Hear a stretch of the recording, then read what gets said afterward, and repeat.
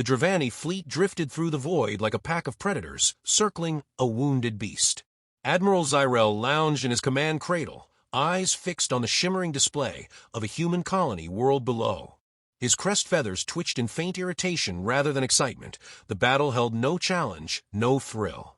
A handful of orbital guns sputtered half-hearted plasma at his ships, and his helmsmen swatted them aside with idle efficiency. "Another settlement of apes playing at civilization," murmured Captain Vor, standing to Zyrel's right. His mandibles flexed in amusement. "Their resistance will last an hour, perhaps two. Shall I order a broadcast of surrender terms, Admiral?" Zyrel's lips curled into something that might have resembled a smile to his own species. "Don't waste the effort. These humans fight like vermin. Burn their defense grid. We'll have the surface under control before the sun's set." Orders relayed. The fleet's weapons tore through the fragile shields, scattering molten debris across the atmosphere. Below, cities erupted into streaks of fire, tiny bursts of panic on a world that had no hope of protection. Zyrel watched the devastation with the detached air of a collector idly breaking a toy. He remembered the long campaigns against the Jurok hives, battles that had tested strategy, endurance, and cunning. Those were wars worth fighting. But this was pest control. On the bridge, laughter rippled as the human defense collapsed. Vor leaned in, voice dripping with mock pity. "One wonders why these mammals even bother. They construct walls of paper and call them fortresses." Zyrel chuckled softly, but his mind was already wandering. Victory was certain. Boredom gnawed at him more than any threat. He wondered how long the Emperor intended them to waste resources on such primitive creatures. The humans had only spread to a handful of nearby stars, scraping together colonies with outdated drives. Their industry could not possibly sustain a military threat. He rose and gestured for silence. "Signal the capital. Another world taken. Minimal resistance. Tell them the apes are as feeble as ever."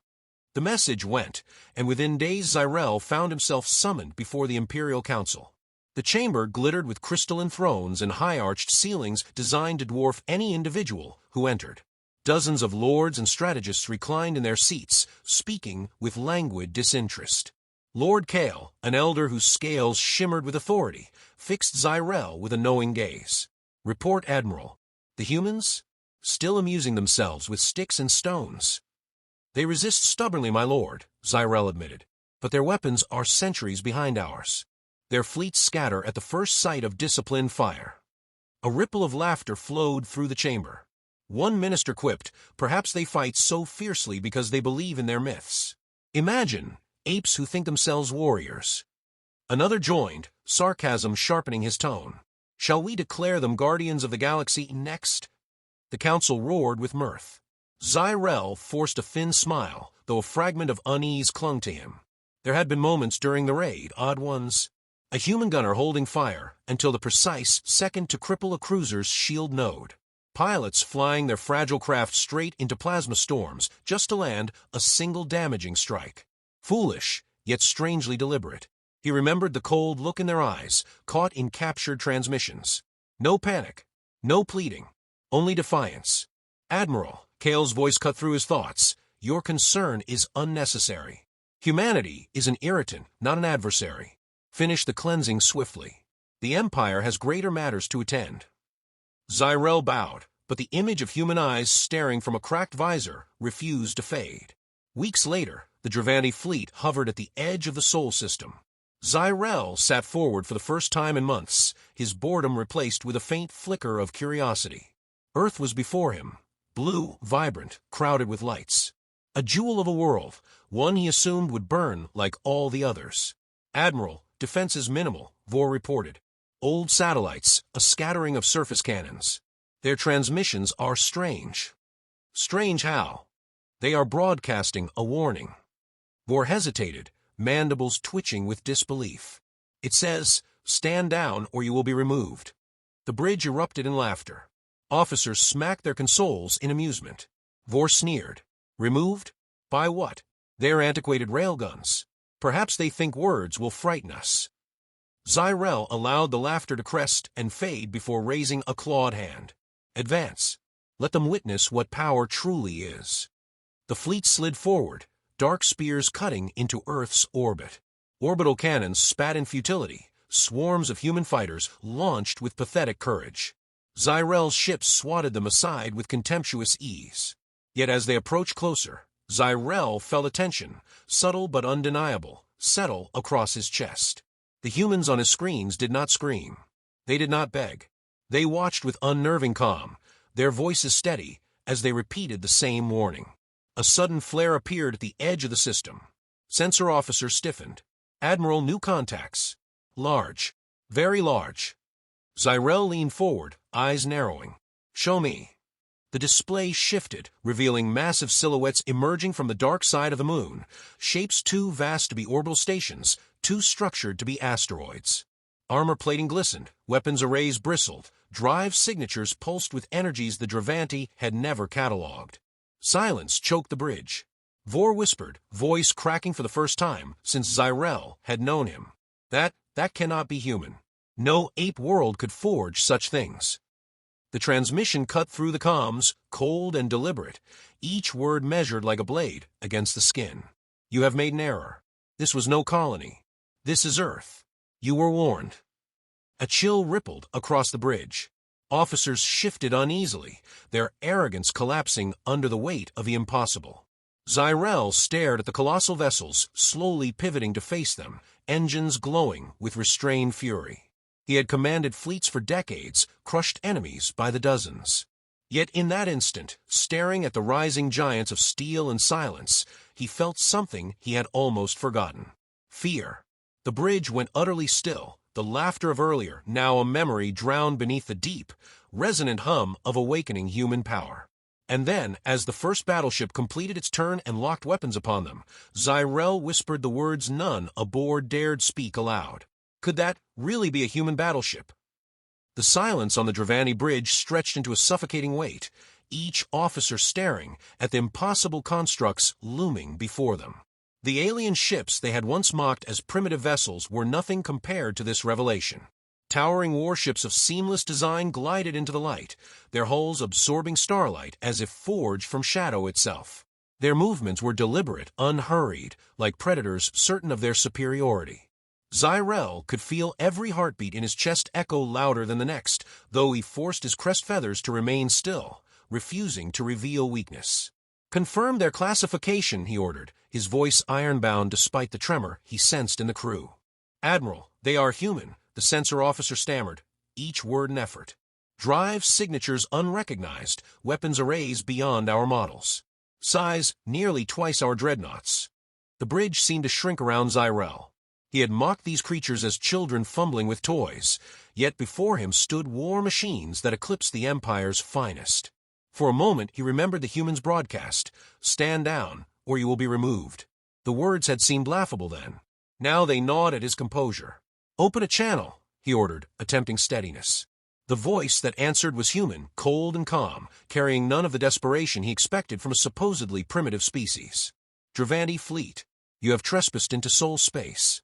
Your actions have been monitored." This was anticipated. Anticipated. The word rang like a strike against iron. Zyrel clenched his jaw, studying the unreadable expressions on the humans displayed across his console. No pride, no bravado, only absolute confidence. "Human command," he said, forcing his voice into steel. "You think your theatrics can frighten us? These machines are impressive, yes, but they will fall as easily as your colonies." A pause. Then the reply came, quieter, but sharper than any blade. "Those colonies were not losses. They were lessons. Decoys. You studied them, and we studied you. You've mistaken patience for weakness." Gasps rippled across the Dravanti crew. Vor turned to Zyrel, mandibles trembling. "Decoys, Admiral. They sacrificed their own."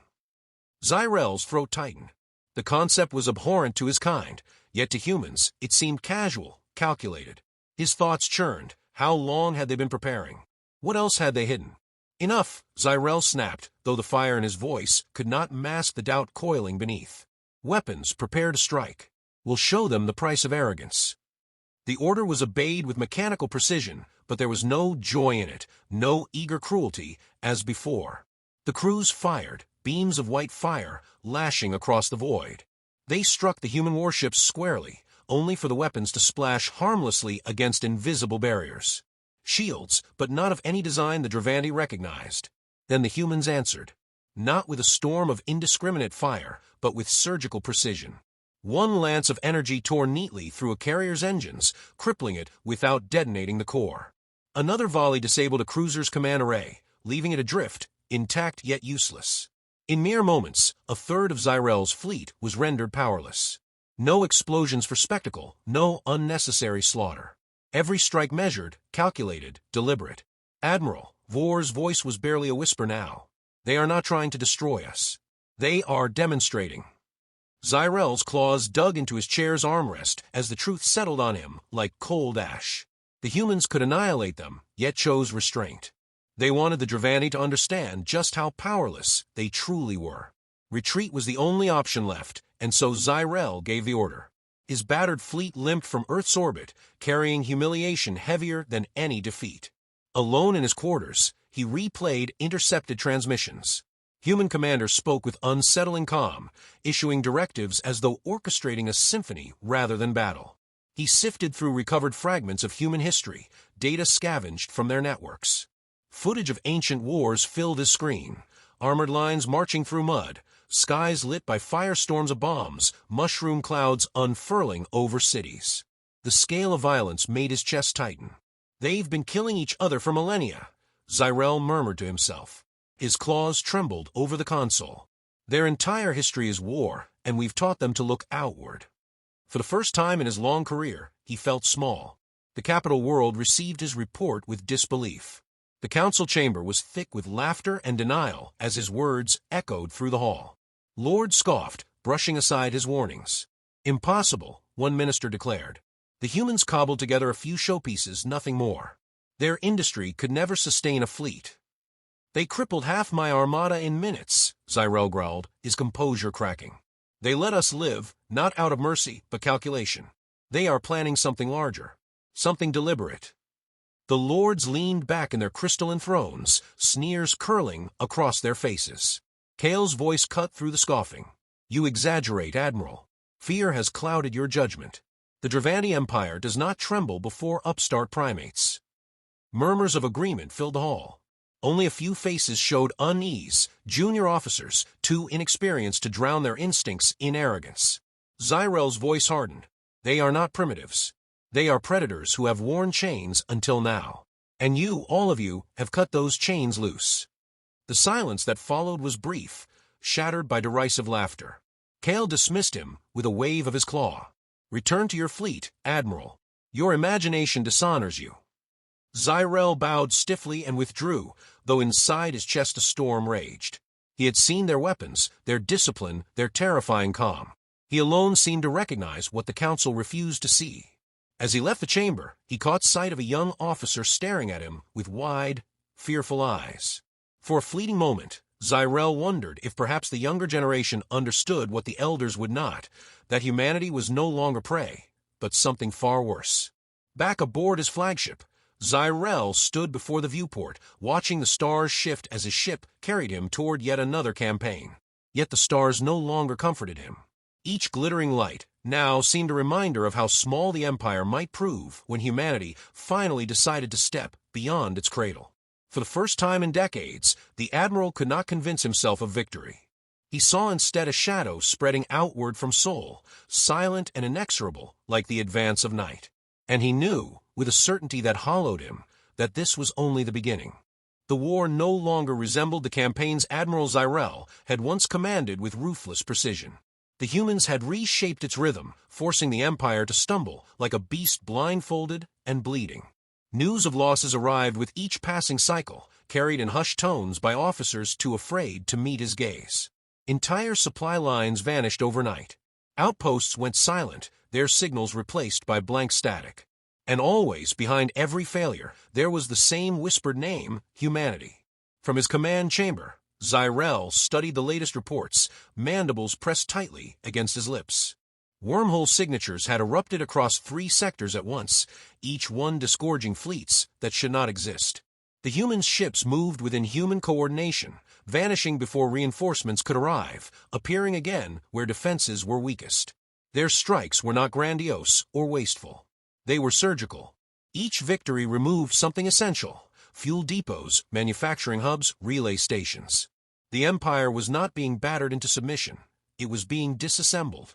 Captain Vor entered, shoulders slumped, his once easy arrogance stripped away. "Admiral, the base to sector has fallen. 37 installations. Gone without a battle. Their drones swarmed the stations, dismantled weapon systems, and withdrew. No casualties. No warning." Zyrel's claws flexed against the console. "They don't even waste time killing us. Efficiency above glory. They want us to see it." Vor hesitated. "Why? Why show restraint?" The Admiral's gaze darkened. "Because they want us to understand what they could do. Because they want fear to do their work for them." He dismissed Vor with a gesture, though the words gnawed at him as soon as they left his mouth. Fear was spreading through the ranks like a sickness. Once proud captains now questioned orders, muttering of human shadows lurking in every dark corner of the stars. Zyrel could feel it himself. Every time the stars shifted, he half expected a human fleet to step out of the void. The call to arms came regardless. The Emperor demanded retribution, a decisive strike against the humans' core worlds. The Dravanti fleet gathered in numbers not seen since the conquest of the Jurok hives, hundreds of ships, countless crews, all concentrated for one final, overwhelming blow. Zyrel stood at the center of it, his face a mask, though his chest burned with doubt. As the fleet translated into the designated system, reality shattered around them. Human warships already waited, not scattered or caught off guard, but aligned with eerie precision. And more than warships, autonomous constructs that blotted the stars, swarms of machines moving as one. The first clash came swift. Human wormholes opened within the battle itself, disgorging squadrons behind Dravanti lines, cutting formations to pieces. Zyrel's commands grew sharper, harsher, but every maneuver he ordered was anticipated, countered, undone. His fleets fought bravely, yet bravery dissolved against inevitability. He watched as drones converged on one of their largest shipyards in orbit around the crimson moon of Halros. The constructs did not fire indiscriminately. They latched onto hulls, stripped weapons apart piece by piece, and carried components away into the void like scavengers. Entire fleets were reduced to skeletons without a single explosion. The horror was not in destruction, but in the clinical, methodical stripping of dignity. "Admiral," Vor croaked, eyes wide as he clutched his console. "They are unmaking us." Zyrel's composure cracked, just for a moment. His voice faltered as he whispered, "This is not war. This is extermination of illusions." The words echoed in the silence that followed. Around him, officers stared with hollow eyes, their faith crumbling. He could feel it, the Empire's pride breaking under the weight of something they could not comprehend. In the aftermath, the surviving fleet limped away, scattered and leaderless. Alone in his quarters, Zyrel recorded a private log. His voice was low, almost reverent, as he stared into the cold lens. "To whomever finds this, know that the humans are not as we believed. They are not primitive, not unprepared. They are a species born in war, raised in fire, sharpened against themselves for millennia. We thought them children, but they are predators who learned to hide their teeth until the moment they chose to strike." He paused, crest feathers trembling despite his effort to still them. "I fear the Council will not listen. They will mock this warning as they mocked all others. Yet I have seen it. I have felt it. They will come for the heart of our empire. And when they do, there will be no defense strong enough, no fleet swift enough. Only submission or extinction." He ended the recording with a final breath, sealing words he doubted anyone in power would ever heed. The summons to defend the Dravanti homeworld came soon after. Zyrel led what remained of his armada, though his officers obeyed without conviction. They all knew, in the quiet chambers of their hearts, that the battle was already lost. Still, duty bound them forward into the last defense. The human fleets arrived not with the fury of conquerors, but with the silence of inevitability. Their ships poured from wormholes like a tide unbound, surrounding the system with a noose of steel and light. The battle raged for hours, but it was not truly a battle. Each Dravanti defense collapsed with methodical certainty, command ships silenced in exacting sequence, orbital cannons dismantled with merciless efficiency. On the bridge of his flagship, Zyrel stood unmoving as the final reports trickled in. Entire wings gone, planetary shields failing. Every counterstrike dissolved before it could take root. His officers no longer spoke of victory, They simply waited for the inevitable. And as the last of the Empire's defenses fell, Zyrel allowed himself to whisper the truth he had resisted since Earth. We are not fighting soldiers. We are standing before judgment. The human fleet did not bombard the cities. They did not torch the surface or scatter refugees into the void. They stopped, surrounding the planet like silent sentinels, engines glowing with restrained menace. Their restraint cut deeper than any weapon. It was not mercy. It was dominance. Zyrel's hands tightened against the railing, and for the first time, he bowed his head. Not in surrender, not yet, but in acknowledgement of a truth greater than his pride. The humans had taken the war beyond victory. They had stolen the Empire's soul. And he knew, as the transmissions of human envoys crackled through the comms with calm finality, that the end of his world was not in fire, but in silence. Smoke rose over the capital world, a thin veil of ash against the glow of alien skies. The streets below boiled with panic, citizens shouting, fleeing, clawing for spaces in ships that no longer had anywhere to run. Above, the human fleet hung in silence, its vessels orbiting with the patience of gods. They did not fire. They did not broadcast threats. They simply existed, and that was enough to bring the Dravanti Empire to its knees. Admiral Zyrel stood at the viewport of his shattered flagship, staring at the endless wall of human warships. His body sagged with exhaustion, feathers dulled and broken, but his eyes burned with the weight of recognition. He had fought his whole life for the Empire, crushed rivals, burned worlds, marched in the name of superiority. Now superiority itself had been revealed as an illusion. The humans had torn it apart without cruelty, without anger, simply with precision. A voice broke the silence. Admiral, transmission incoming. Human command requests dialogue. Vor's voice was hoarse, stripped of arrogance, heavy with something he never thought he would hear in his own tongue. Fear. Zyrel nodded, and the bridge dimmed as the comm link engaged. The human envoy appeared, a figure draped not in ceremonial armor, but in the plain uniform of command. Their eyes carried no triumph, no mockery. Only calm, steady focus. Dravanti command, the voice said even in cold, the war is over. Your fleets are dismantled, your defenses broken. We will not destroy you. We will not erase your people. But you will submit. The Empire as you know it is finished. A murmur rippled through the officers. Vor gripped his console as though it might anchor him to a world that was vanishing beneath his feet. Zyrel remained motionless, studying the envoy's face. There was no cruelty there, no hunger for vengeance. And that terrified him more than rage ever could. You expect us to surrender, Zyrel said slowly, after you've humiliated us before the galaxy. The envoy inclined their head. We do not expect. We know. We did not come for revenge. We came because you forced us to awaken. You trespassed on our home, and in doing so, you reminded us what we are. Zyrel's crest feathers bristled. Predators. A faint smile ghosted across the envoy's face. Survivors. The words struck deeper than any weapon. Zyrel felt the bridge tremble with the weight of silence. Around him, officers avoided his gaze. They had fought to the last, but none of them doubted what would happen if they refused this offer. The humans could level the planet in hours, erase every city, every archive, every life. Instead, they offered submission. To refuse would not be courage. It would be suicide. What becomes of us? Zyrel asked, his voice lower, the fight leaking from it. You will govern yourselves, the human replied. But not as conquerors. As partners, under oversight. We will dismantle the war machine that made you arrogant. Your fleets will disband. Your factories will shift to peaceful work. You will endure, or you will vanish by your own choice. It was not a threat. It was a fact. The transmission ended, leaving only the reflection of Zyrel's weary face against the void. His officers waited, some with despair, others with a flicker of desperate hope. All eyes turned to him. He drew a slow breath, the weight of centuries pressing down on his shoulders. Signal acceptance, he said at last. The words felt like ash in his throat, but they were the only path left. The Empire surrenders. The bridge slumped as if a storm had broken. Vor closed his eyes, mandibles twitching in disbelief. It is done. But for Zyrel it was not finished.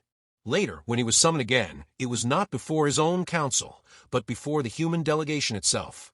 The chamber was stark compared to the crystalline grandeur of the Empire, functional, precise, unadorned. Humans did not dress their victory in spectacle. They simply acted. The envoy regarded him with the same unreadable calm. Admiral Zyrel, you led the Empire against us. You witnessed our strength, and you survived. We would see you serve as governor under the new order. A bridge between our peoples. The words landed like a blade. You would place me in power? After I killed your kind, burned your colonies. You mistook decoys for weakness, the human said, unflinching. Now you understand what we are. That makes you valuable. You will not betray us, because you know what betrayal would bring. Zyrel stared, searching for mockery, for a trap, for any sign of cruelty. But there was none. Only a truth so blunt it left no room for resistance. They trusted him not because of honor, not because of forgiveness, but because of fear. Because he had seen what they could do, and no soul who had seen that would ever defy them again. He bowed his head, not as a servant, but as one who recognized inevitability. Then I will serve. When he returned to the surface, the streets had quieted. Citizens peered skyward at the silent guardians above, their fear mingled now with something else, resignation, perhaps even the faintest spark of relief. The warlords of the Empire were gone, stripped of their illusions. The future belonged to the humans, and through them, to all who would submit. That night, Zyrel stood alone beneath the fractured skies of his homeworld, staring at the human fleet still gleaming above. They did not fire. They did not celebrate. They simply remained, watching, waiting. He felt no hatred toward them, only awe and a chill recognition of truth. Humanity had not sought this war, but once provoked, they had risen in silence, revealed their teeth, and changed the galaxy forever. On Earth, in their own councils, the humans spoke with no triumph. There was no cheering in the streets, no songs of conquest. Their leaders gathered in shadowed chambers, voices grave. We did not want this, one said, but we will not turn back. The galaxy will not sleep again. And in the quiet after those words, as the stars burned indifferently beyond the windows, a single truth settled across all who heard it. The age of the Dravandi was over. The age of humanity had begun.